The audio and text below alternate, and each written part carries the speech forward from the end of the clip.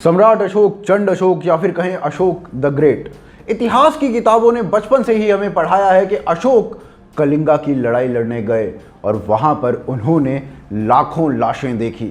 जैसे ही उन्होंने लाखों लाशें देखी, अशोक का मन द्रवित हो गया और उन्होंने कहा कि अब मैं हिंदू ना रहकर बौद्ध बन जाऊंगा। और जब वो बौद्ध बन गए तो उसके बाद उन्होंने कोई ऐसा काम नहीं किया जो उन्होंने कलिंगा में किया।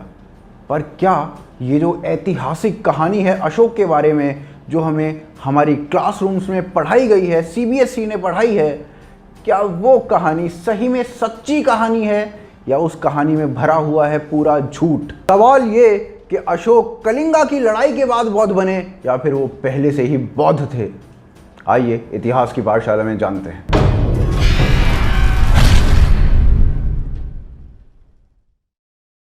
वर्ष 298 बीसी चंद्रगुप्त मौर्य ने अपने पुत्र बिंदुसार के लिए गद्दी छोड़ दी। बिंदुसार ने चंद्रगुप्त मौर्य का जो एम्पायर था उसको अफगानिस्तान, जो कि मॉडर्न डे अफगानिस्तान है, वहां से लेकर बंगाल तक फैला दिया। बिंदुसार का जो मौर्यन एम्पायर था वो अखंड भारत को पूरा कवर करता था, केवल सदर्न टिप को छोड़ते हुए। बताया जाता है बिंदुसार का जो राज्य है वो पूरा का पूरा शांति प्रिय था और वहां पर छोट-मोट रिबेलियन घटनाएं होती थी। सब कुछ बिल्कुल सही चल रहा था, लेकिन साल 274 बीसी में बिंदुसार की तबीयत खराब हो जाती है और उनकी तबीयत जब खराब होती है तो उसके कुछ ही दिनों के अंदर बिंदुसार दम तोड़ देते हैं। जब बिंदुसार बीमार थे तो उनके पुत्र सुशीमा को राजभार संभालने के लिए दिया गया। सुशीमा अपने पिता के साथ थे और पाटलिपुत्र जो कि राजधानी थी उससे बाहर थे। उसके बाद जब उनके पिता की मृत्यु हुई उसके बाद सुशीमा पहुंचते हैं पाटलिपुत्र जो कि राजधानी थी। अब पाटलिपुत्र यानी कि पटना में पहुंचने के बाद सुशीमा पाते हैं कि अशोक जो कि उनका आधा भाई था, उन्होंने काफी सारे उनके आधे भाइयों को मार दिया था। अशोक ने एक एक करके अपने सभी भाइयों को ग्रीक्स के साथ यानी कि यवनों के साथ मिलकर मार दिया था। केवल एक भाई को छोड़ा जो अशोक का खुद का सगा भाई था। बौद्ध टेक्स्ट की माने तो अशोक ने अपने 99 कजन्स को मार दिया था और साथ ही साथ जो राज परिवार के लॉयलिस्ट से ऐसे सैकड़ों लोगों को भी मार दिया था ग्रीक्स के साथ मिलके। 500 से ज्यादा लॉयलिस्ट को बंदी भी बना लिया गया था। पाटलिपुत्र में 4 साल लगातार ये सिविल वॉर चलती रही और साल 270 बीसी में अशोक के हाथ पूरा का पूरा सिंहासन लग गया था। अशोक को चंड अशोक बनते हुए कोई देर ना लगी और साल 262 बीसी में अशोक ने कलिंगा के लिए चढ़ाई कर दी थी। बस यहीं से शुरू होता है हमारे शिक्षण संस्थानों का, हमारे हिस्ट्री राइटर्स का नैरेटिव या कहें fake narrative. CBSE, state board, NCERT से लेकर सभी शिक्षण संस्थानों में एक ही बात पढ़ाई जाती है। हमारे हिस्टोरियंस भी हमें एक ही बात बताते हैं कि अशोक ने कलिंगा में 1 लाख शव देखे और उसके बाद अशोक का मन द्रवित हो गया। उसके बाद अशोक ने कहा कि चलो अब मैं हिंदू से बौद्ध बन जाता हूं और हिंसा को त्याग देता हूं। मगर यह तो हमें पढ़ाया गया, इसका असली सच क्या था देखते हैं। अशोक के समय के साल 236 बीसी के कुछ कार्विंग्स मिले हैं और उन्हें ब्रिटिश म्यूजियम में रखा भी गया है और वो कार्विंग्स बताते हैं, वो स्टोन्स बताते हैं कि अशोक कलिंगा की लड़ाई से 2 वर्ष पहले ही बौद्ध बन चुके थे। आज तक कोई बौद्ध टेक्स्ट ऐसी नहीं हुई जिसमें यह लिखा हो कि अशोक के बौद्ध बनने का कारण जो था वो लड़ाई थी।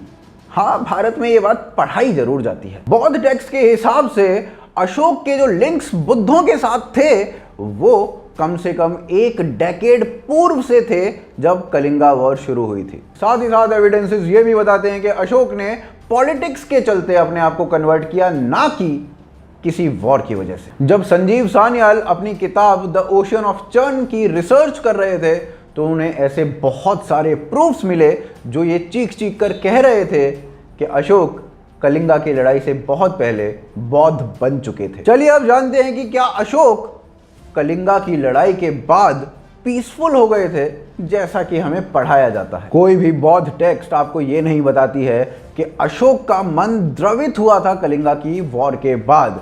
साथ ही साथ आप उड़ीसा में जाइए यानी कि उस टाइम के कलिंगा में जाइए और वहां पर अशोक के इंस्क्रिप्शन को देखिए, उन्हें पढ़िए। उन इंस्क्रिप्शंस में किसी पर भी ये नहीं लिखा मिलेगा कि भाई अशोक को कुछ फर्क पड़ा उस लड़ाई से, उनका मन द्रवित हुआ उस लड़ाई से। साथ ही साथ कलिंगा की लड़ाई में 1.5 लाख सैनिकों को बंदी बना लिया गया था। अगर अशोक को दुख हुआ होता तो अशोक उन बंदियों को छोड़ देते, लेकिन अशोक ने कभी भी उन बंदियों को नहीं छोड़ा। साथ ही साथ अशोक ने यह भी कहा कि अगर कोई इन बंदियों को छुड़ाने की बात करेगा तो उसको मार दिया जाएगा, और ऐसा उन्होंने कलिंगा के लोगों को कहा।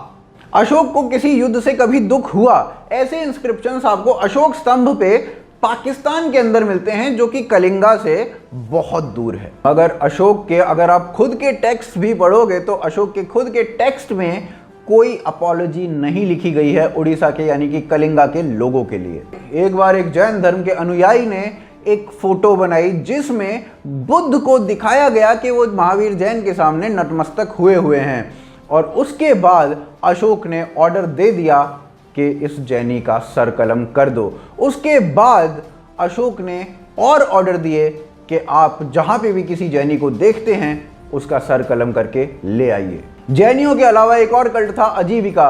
बिंदुसार अजीविका में मानते थे, और अजीविका के जितने भी फॉलोअर्स थे अशोक ने उनको भी मारने के ऑर्डर्स दे दिए थे। और ऐसा मैं नहीं कह रहा हूं, ऐसा बौद्ध टेक्स्ट कहते हैं। ये सारी चीज़ें लिखी गई हैं अशोक वदन नाम की एक किताब में, आप उसको पढ़िए, उसमें आपको ये सारी चीज़ें दिखाई देंगी। ये वही किताब है जहां से अशोक के बारे में सारी अच्छी अच्छी चीज़ें हमें बताई जाती हैं, मगर इन सब चीज़ों को छुपा लिया जाता है। साथ ही साथ हमारे इतिहासकार हमें यह भी बताते हैं कि मौर्यन एम्पायर जब खत्म हुआ उसके साथ ही शुरुआत हुई शुंग वंश की, और शुंग वंश की जब शुरुआत हुई तो उसके बाद बौद्ध टेम्पल्स को तोड़ दिया गया, बौद्ध स्तूपों को तोड़ दिया गया, जो भी अशोक ने काम किया उसको खत्म कर दिया गया, और साथ ही साथ बौद्धों को मरवाया जाने लगा। और ऐसा करने के पीछे एक ब्राह्मण था। अब इसकी क्या सच्चाई है देखेंगे अगले एपिसोड में। ये सभी जानकारी लेने के लिए आप हमारे साथ बने रहिए, आप देखते रहिए AKT के इतिहास, और आप हमें सब्सक्राइब ज़रूर कीजिए, अपने फ्रेंड सर्कल में, अपने फैमिली में हमें पहुंचाइए, और साथ ही साथ जानकारी लीजिए इतिहास की।